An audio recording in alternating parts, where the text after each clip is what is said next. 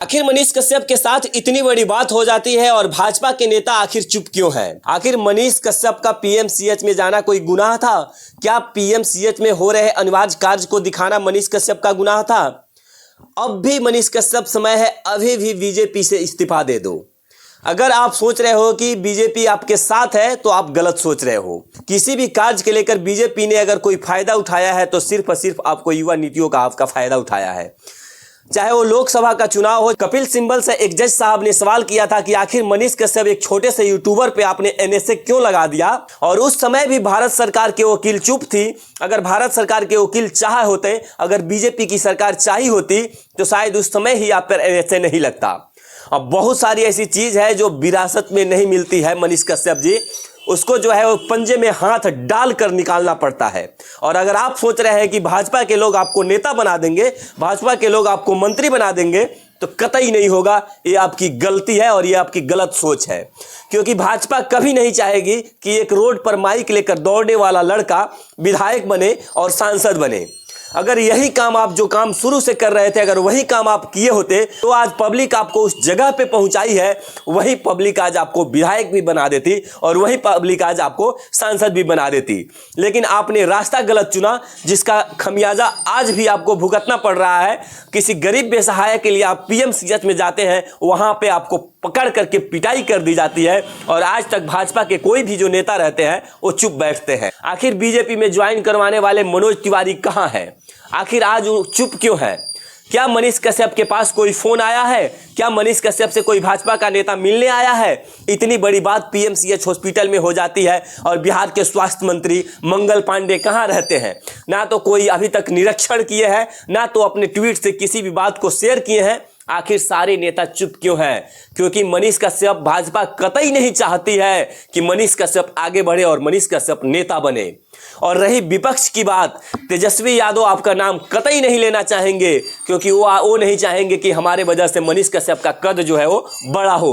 विपक्ष आपका नाम नहीं लेगा, विपक्ष आपका चर्चा नहीं करेगा और भाजपा कभी नहीं चाहेगी कि आप एक बड़े ओहदे पर जाइए और बड़े लेवल पर जा करके आप भाजपा की नीतियों को दिखाइए। क्योंकि अगर आपको भाजपा में रहना है तो भाजपा का तलवे चाटना होगा, भाजपावादियों को चाय पिलानी होगी, तब जो है आपको उस मंजिल प्राप्त हो गया, तब जाकर आप उस मंजिल पर जाइएगा। अगर वही काम अगर आज से जो आपके साथ घटा है, अगर आप आज ही लात मार दीजिए ऐसी पार्टी को, जो पार्टी आपके बुरे समय में आपके साथ खड़ा नहीं होती है, वो मनोज तिवारी खड़ा नहीं होते हैं, वो मंगल पांडे खड़ा नहीं होते हैं, बिहार के उप मुख्यमंत्री सम्राट चौधरी हैं, आप उनके साथ उठते बैठते हैं। आपने झारखंड में प्रचार किया, आपने दिल्ली में प्रचार किया, आपने उत्तर प्रदेश में जाकर के प्रचार किया, आपको क्या मिला? सिर्फ और सिर्फ आपकी फैन फॉलोइंग का फायदा उठा रही है भाजपा सरकार। और इतना कुछ होने के बावजूद भी अगर आप बीजेपी को नहीं छोड़ते हैं तो फिर कहीं ना कहीं, अगर बीजेपी आप सोच रहे हैं कि बीजेपी हमको टिकट दे देगी और बीजेपी हमको चुनाव लड़ा देगी, तो बीजेपी कहीं से ये नहीं चाहेगी कि आप विधायक बन करके और सांसद सदन में आकर के आप उनके साथ बैठिए। जो नेता लोग आपको बीजेपी पार्टी में ज्वाइनिंग कराए थे, चाहे वो बेतिया लोकसभा से चुनाव में जीते हुए संजय जायसवाल हो, जो पूर्व प्रदेश अध्यक्ष संजय जायसवाल हो, वो कभी नहीं चाहेंगे कि जो लड़का रोड पे घूम घूम के एक मोबाइल लेकर के, माइक लेकर रोड पे दौड़ता था, वो सदन में आकर हमारे साथ बैठे और हमारे कंधे से कंधे मिला करके सदन में आवाज उठाए। कतई भाजपा के नेता ये नहीं चाहेंगे।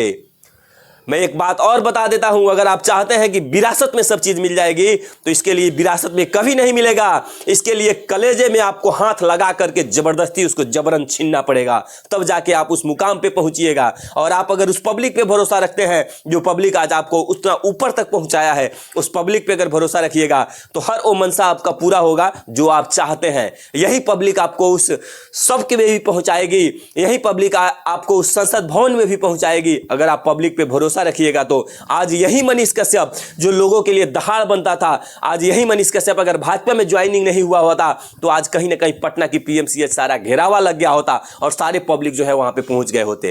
तो कहीं ना कहीं अगर आपको नेता बनना है तो आपको रणनीतियों को चेंज करना होगा और आपको खुद में बदलाव करना होगा, ताकि जिस चीज पे आप काज कर रहे हैं वहां से आप कभी संभव नहीं हो सकता है। कोई भी नेता आपको ये नहीं चाहेगा कि मनीष कश्यप नेता बन जाए। जिनके साथ आप खड़े थे विधानसभा लोकसभा में, सरकार भी अगर चाही होती तो आप पे एनएसए नहीं लगता, एनएसए हट सकता था, लेकिन सरकार कतई नहीं चाही कि मनीष कश्यप पर से एनएसए हटे।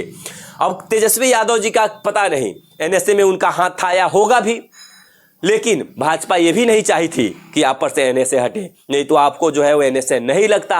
अगर उस समय भारत सरकार के जो वकील थे अगर बोले होते कपिल सिब्बल से, वहां पे जो थे जज साहब थे उनसे, तो शायद आप पे जो है वो कभी एनएसए नहीं लगा होता। भाजपा ना तो आपका शुरू में साथ दिया है और ना तो भाजपा अब आपका साथ दे रहा है। अब समय है भाजपा को आप लात मारिए, अभी नहीं तो कभी नहीं।